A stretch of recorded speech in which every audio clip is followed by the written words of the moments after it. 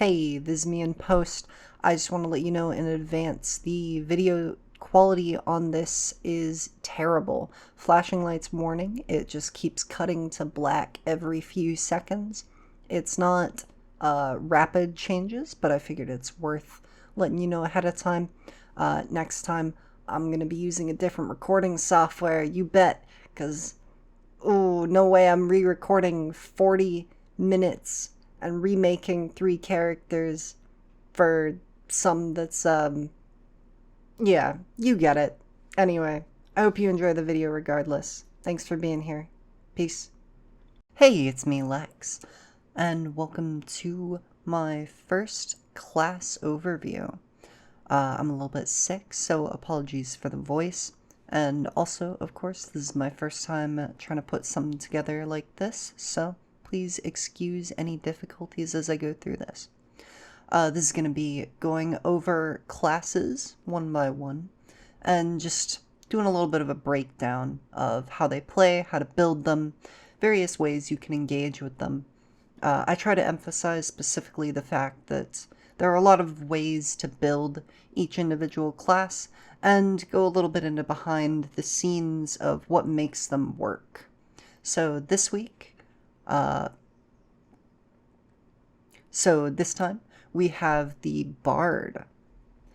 Here I have a level 2 example. This one's called Wildsong. I imagine this character as somewhat of a adventurer in a wild setting.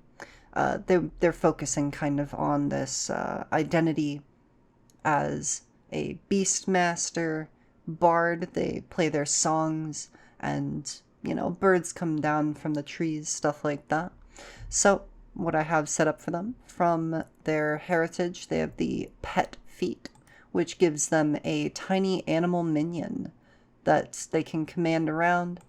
That is specifically going to be a familiar, Hootie Grabberson. It's just a flying pet with the manual dexterity feat, so it's able to fly around and grab things for you. But it is going to be a little important later. Secondly, you're going to be picking up Hymn of Healing with Natural Ambition. I'm always going to be basing this off of a human, just because that allows me the most flexibility in these low levels to show off what a class can do, but especially as you go up in levels, they can branch out into a whole lot of different things. Hymn of Healing is going to mean that this bard is more easily capable of protecting and maintaining their party. I'm going to generally stay away from uncommon options, but the Hymn of Healing feat itself is a common option, despite the spell not being. This allows you to give your allies fast healing and temporary hit points, which means you can be sitting in the back, giving this to your companions or what have you. As for the spells, I'm going to tend to attempt to break them down less so as a spell list you should strive towards, and more as like an example list of spells that fit the theme or fit the mechanical goal. In this situation, that's going to be Know the Way and Time Sense, both very valuable spells for overland travel and being able to navigate the world, alongside Guidance, because it's generally a very decent spell for supporting your allies, and this build is going to be a little more supportive. Needle Darts as a cantrip, because it is a solid attacking cantrip, and Detect Magic for an exploration activity. You'll be able to know whenever something is a little strange. At first rank, grab some stuff like Soothe for healing, Biting Words to get a lot of mileage out of a single spell slot, as long as you are able to get past that linguistic trait. And then the Fear spell, which is just generally very good. Summon Animal, specifically. Some people don't like summon spells. It's very fair, they can feel very underwhelming. However, I think that there are a lot of good examples. I might make a video at some later point going over good summon spells for each, well, good summon targets for each of the summon spells.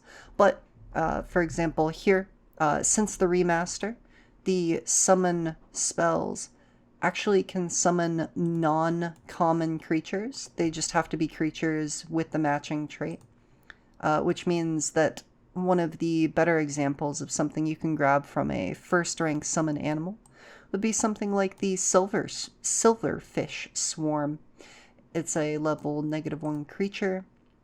It's a swarm, which means that it has some resistances.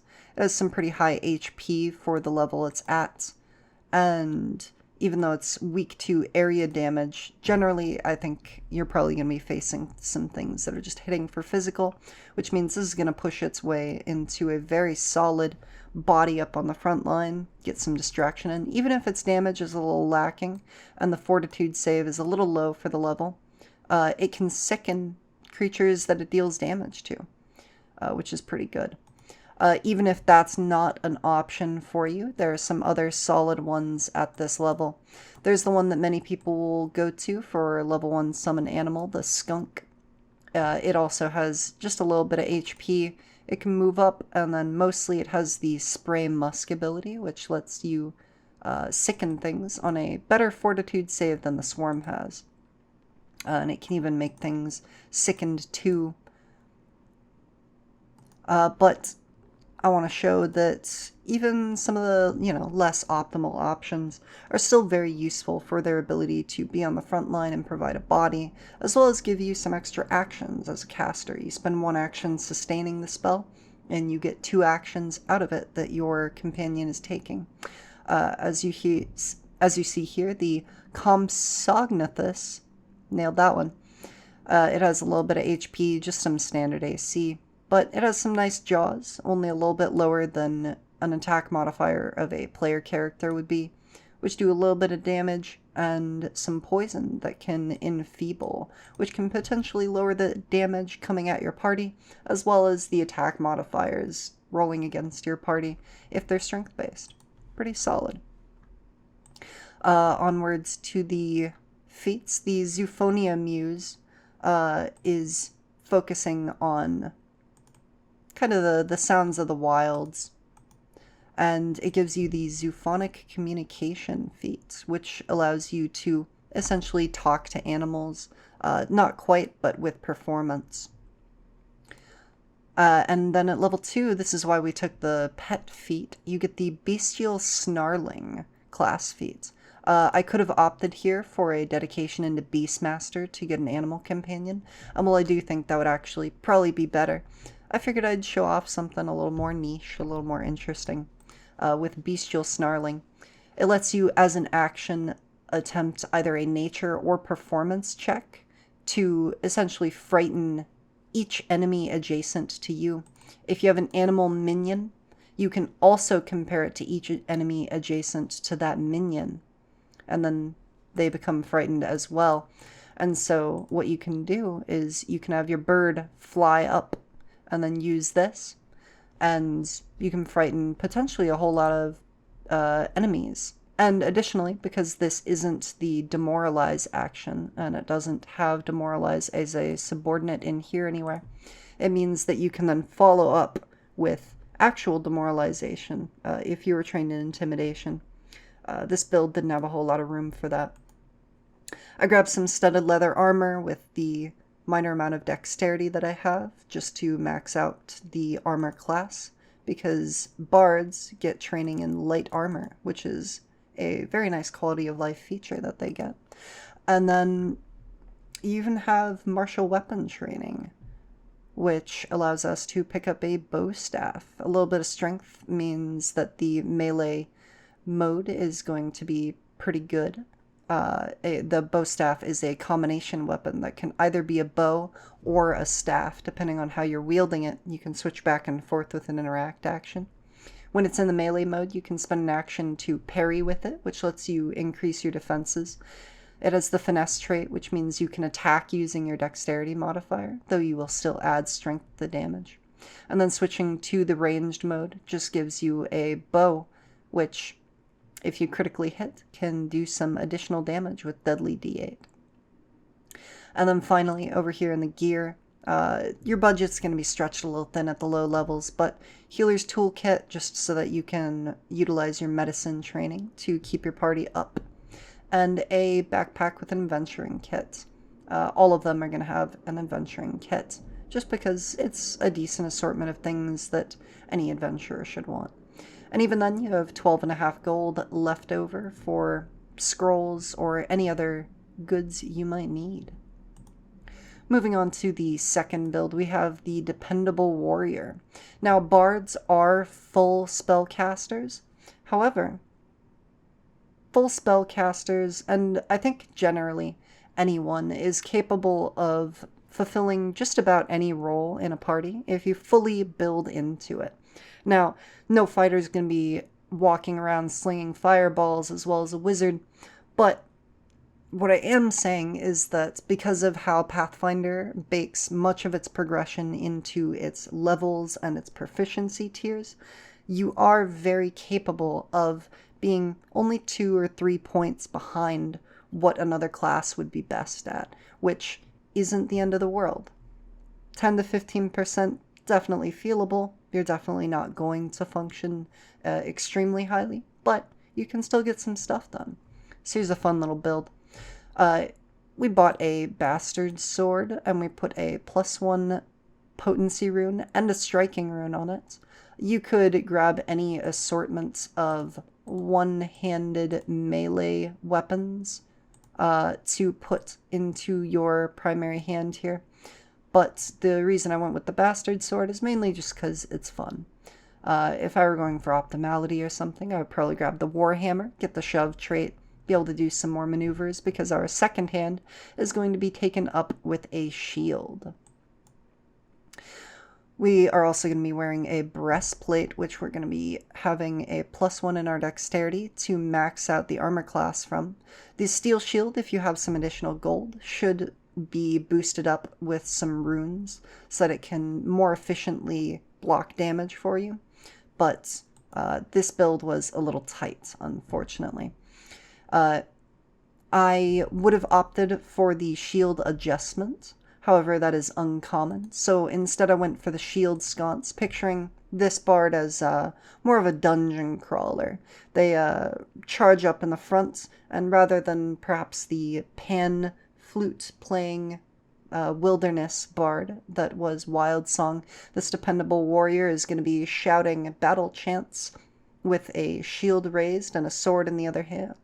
And so the shield sconce allows you to carry a torch using the same hand you're holding a shield with, although you have a chance to have it go out when you shield block. Additionally, they have a healer's toolkit and healer's gloves, which allow them to do some extra healing to their teammates in a pinch. Doubling rings, which they have invested, which means that if they go in for a strike with their shield bash, it'll gain the benefits that the bastard sword has from its basic runes, which is important, as you'll see as we're going to get into the feats here. We're going to be picking up armor proficiency from the human versatile heritage, which is what allows us to wear the breastplate to really maximize our strength so that we're better at hitting things. We get to add the strength modifier to damage, and it's what we use for our attacks. And then also the fleet general feat, because as a melee combatant, you're going to want to engage the enemy and get up close to them as quickly as possible and maintain that close distance. Something that I will note here and in the next one specifically, and probably across many of these as I make them, is what's very important in build crafting. If you have any eye for optimality or just trying to make your turns as engaging as possible, is to take advantage of every resource available to you. What that means is all 3 actions, you want to be maximizing their impact on the world, and you want to be using your reaction as often as possible. Fighter gets this very well because it starts off with Reactive Strike, which is an incredible lockdown tool. But for bards, we're going to have to make do. We're going to be starting with the Warrior Muse, which gives you the martial performance feat.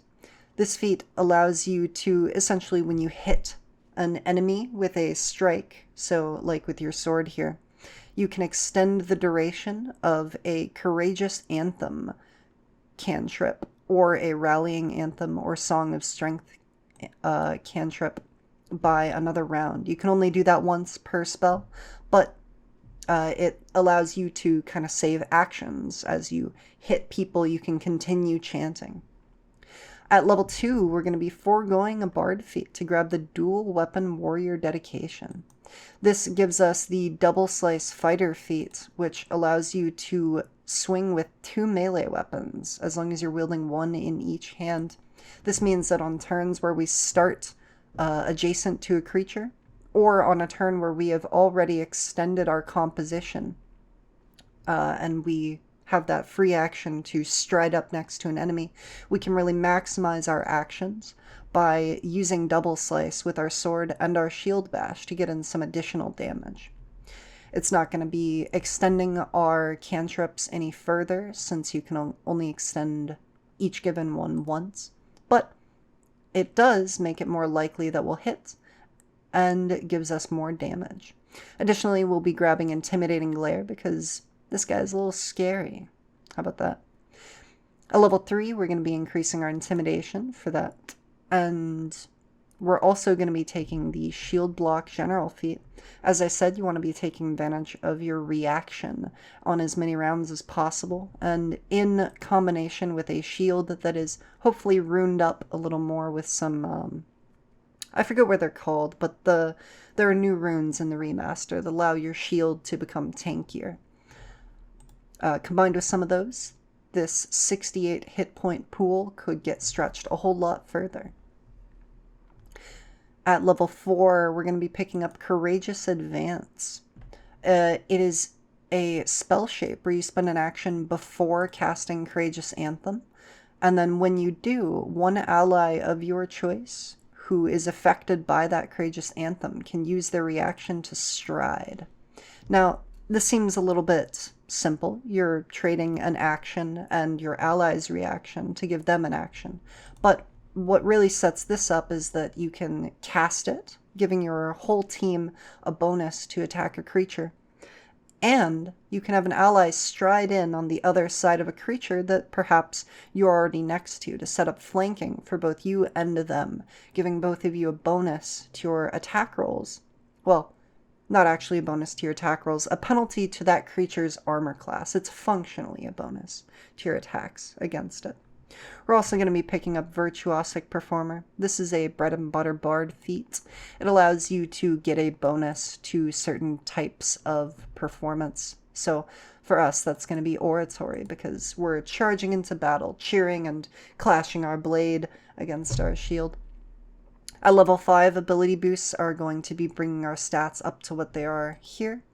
They're going to be Strength, Constitution, Wisdom, and Charisma. If you don't have a specific thing that you want to put your ability boosts into, my recommendations are always Dexterity, Constitution, and Wisdom. They're the 3 statistics that your saves key off of, and Constitution even has the bonus of being your health stat. But here we're picking up Strength for our attacks, Constitution because we want to be a fighter on the front line, Wisdom so we're a little more resilient against spells, and Charisma to maintain some still pretty decent casting scaling. Now, with this build, our spells are going to be a little weaker than that of the average bard.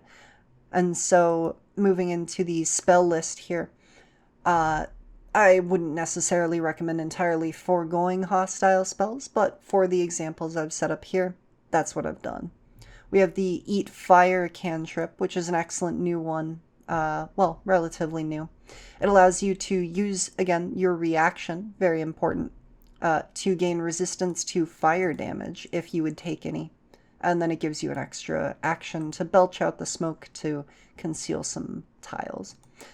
Mostly, this is here as just a nice little slot to fill. The shield cantrip is of note here because it might be easy to look at the shield that we already have and say, why would you bother with the shield cantrip?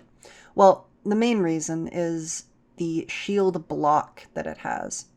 The shield block that shield has heightens quite well, being able to block a sizable amount of damage, and it allows you to reduce damage from any spell or magical effect, even if it doesn't deal physical damage.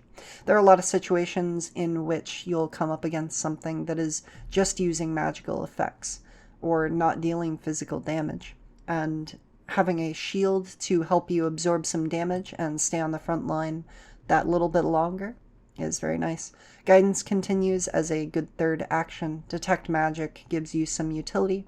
Phase Bolt was my cantrip of choice with some thought put into it, where if you're going at range anyway and you're foregoing your focus on being able to use weaponry, then it's likely that you're in a situation where some niche utility is a little more applicable. And so being able to bypass cover or shields would be very helpful were that to be the case. Moving forward as well, we have Pocket Library. This allows you to get bonuses to recalling knowledge against creatures. Soothe gives you some healing.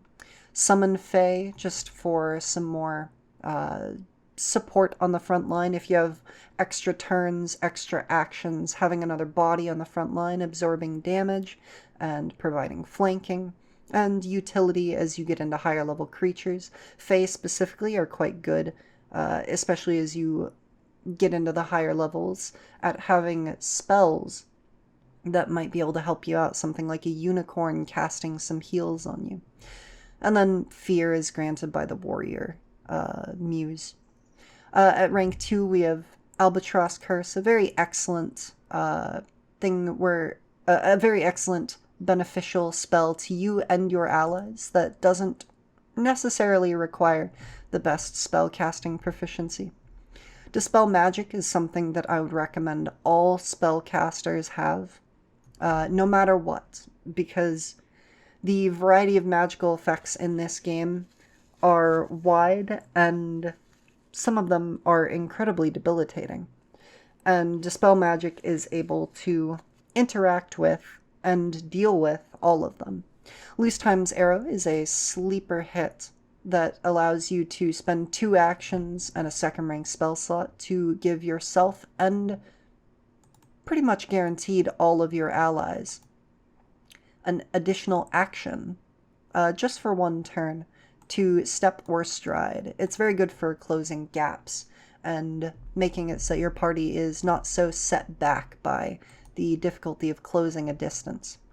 Haste is another good spell, very solid extra actions. And Wooden Double, since you're going to be on the front line and you need to be using your reaction anyway, this lets you burn spell slots to take less damage.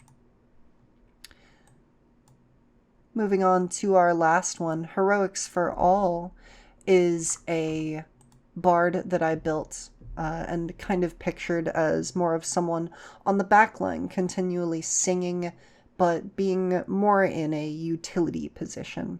They gain information, they apply buffs, they apply key debuffs at certain points in the fight, and so I built them as well a little bit differently here. You're going to see that we picked up the Incredible Initiative General feat at level 1. This gives you a bonus to initiative so that you can attempt to, anyway, go first. Because if you can go first, then you can set up for your allies without them having to delay across potentially multiple enemy turns, because delaying doesn't allow you to react while you're in delay, which means that if they have their own reactions that they want to be set up for, or just to protect themselves with, it's a hazardous thing to move down in initiative. Additionally, cooperative nature is a good one. This will go table by table, but in my experience, I've had a lot of good GMs say, hey, if you can succeed on a recall knowledge check against this creature, I'll let you use the same skill you use to recall knowledge to aid against it.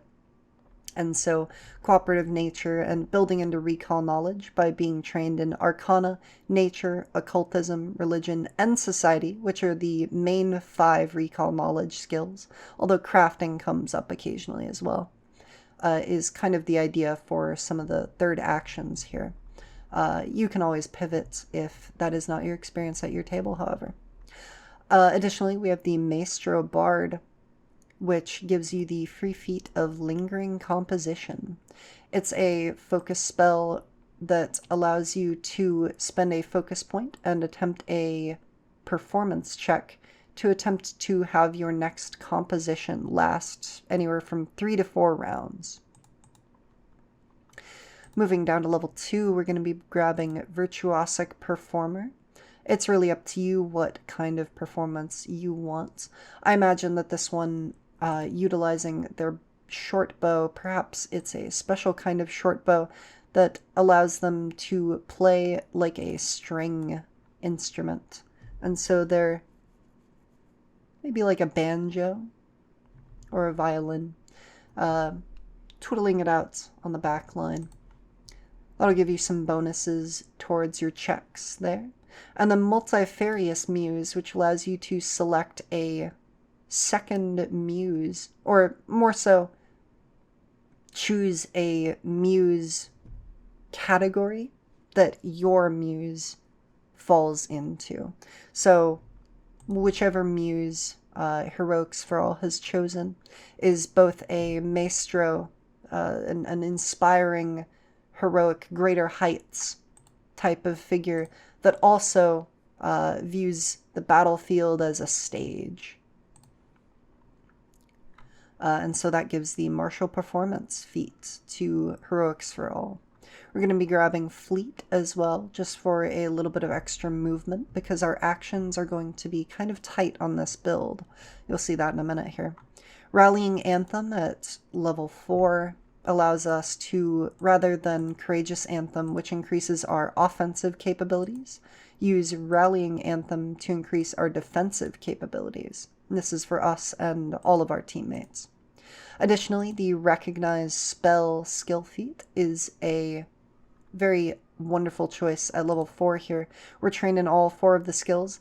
This is something that very rarely gets run as written in my experience, but as far as how spells are actually meant to be played out, you're not meant to know what spells are being cast, only see their impact on the world and what occurs. Recognize Spell allows you to use a reaction to identify a spell and know exactly how it works behind a check. And if you critically succeed, you even get a bonus if there's a save. At level 5, we're increasing our boosts. Here we're mainly going for dexterity, some constitution, just so that we have a little bit more health in case we get into a sticky situation. Wisdom to boost up not only our initiative rolls, but our will saves, and charisma because we are primarily a caster. We're grabbing the Sense Allies feat since we're going to be mainly focused on helping our allies. It's good to be able to know where they are, no matter what, even if they go invisible. At level 6, there is an obvious option that I'm sure many long-time Pathfinder players were waiting for in Dirge of Doom. And while it is quite great, like I said, I'm looking for more interesting builds, so I grabbed Harmonize here. Harmonize allows you to spend an action to make your next composition a harmonized composition, which means that you can cast another composition without the first one ending, which you normally can't do. You can only have one composition going at a time. And unfortunately, this does not work with Lingering Composition because both of them refer to your next action being a cantrip composition, which means that you can apply one or the other. But that's why we grabbed the Warrior Muse up here, is so that we can spend, say, our first turn harmonizing and then casting Courageous Anthem, giving our allies status bonuses to attack rolls and damage, as well as ourselves. And then we spend our last action firing an arrow from our short bow. And if we hit, we get to extend our harmonized composition till our next turn. Then, on our next turn, we can cast another composition, perhaps something like a lingering rallying anthem, to get a consistent defensive boost for ourselves and our entire team, which we can then again strike and extend that one by an additional round beyond what we extended it to with lingering composition. At the end of, at the beginning of our next turn, our Courageous Anthem would go down again, but we could very easily harmonize and cast it again. It's a good way to get multiple overlapping buffs stacked up, and eventually at later levels, when we get options like Fortissimo Composition, we can use the Warrior Bard bonuses to extend those as well. Additionally, we grab Assured Identification, which allows us to more readily identify magic. It's not a super common thing in many games, but if you are in a game where identifying magic is a common thing, it's quite the useful tool to have at your disposal, and it very much fits the view of heroics for all here, being trained in all 4 magic skills. Finally, at level 7, we increase our Arcana to Master so that we can grab Quick Recognition. This lets you recognize a spell once per round as a free action if you're a master in the skill. And so Arcana here would allow you to recognize arcane spells once per round as a free action. So then you can begin to free up your actual reaction for other things. The eventual goal here is to be able to make all of these checks with Arcana, and so then you can fully free up your reaction for follow-up spells or other uses, but that's where it's at here. As far as equipment, it's a pretty small list of equipment. We have a striking short bow, we have a +1 leather armor set, just a simple healer's toolkit and an adventuring kit, but then a whopping 448.5 gold pieces for scrolls, various magical items, skill increase items, in case you want some of your skills to be more consistent at what they're doing, etc. One of the major benefits of casters is that the gold that is allotted to you in the game's expected math, generally, can be very readily spent, and is expected to be spent, on scrolls, staves, wands, etc. So you could very easily grab a buff scroll that you want to cast every now and then. Several bless scrolls, say. As far as spells go, here I have just a general list of things that are good if you are fully opting into a support role as a bard. It's still good to have a damaging cantrip. Prestidigitation is a classic for roleplay, and even some very niche, very niche combat uses. The ability to tidy can, in some circumstances, help bypass odor auras on things like ghouls, depending how kind your GM is. Musical accompaniment gives you some additional bonuses to your performance checks, which is particularly important to the maestro because you have to make those performance checks to set off your lingering composition. We have the shield cantrip, so that we have a solid third action to increase our armor class. The message cantrip, to send some secret messages to our allies. As for solid spells, Fear allows you to frighten enemies. Bless gives you some bonuses, and though it is not a particularly amazing choice for a bard, due to your specific ability to grant this same bonus in a larger emanation from your Inspire or Courageous Anthem, my apologies. It is still a very solid spell. Biting Words just goes quite a long way. And Maestro gets Soothe as its Muse spell, which is very solid as a method for healing your allies, especially if they are unable to heal from vitality spells. Moving on to rank 2, we have some simple classics like Loose Time's Arrow. There's another one here. This is an uncommon option, so take this with a grain of salt, but Instant Parade allows you to summon an emanation of a crowd around you that you're able to hide in or even send off. Illusions as a whole can be difficult and very GM dependent, but they're very interesting spells to keep in mind. Silence is a very interesting spell. All spells have a verbal requirement, which requires people to speak, which means that if you cast a 4th rank Silence on one of your teammates and then they go and approach an enemy that is intent on casting a spell, that enemy is going to have to then move away before they are able to cast the spell.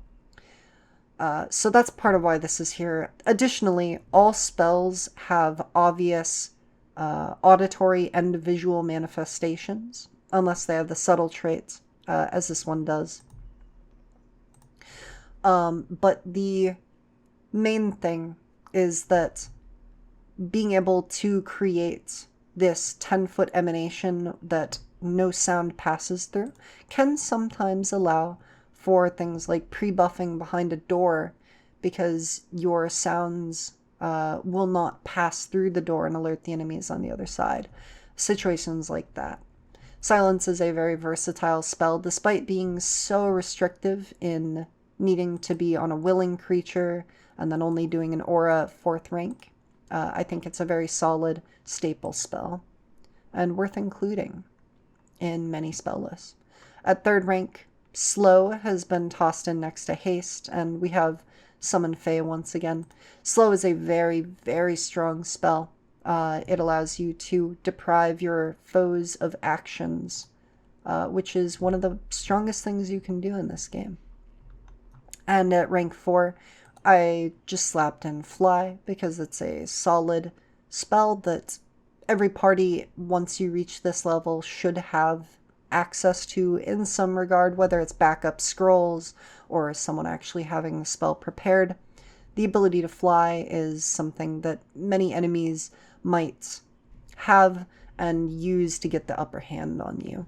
And so having this in your back pocket to pull out is important.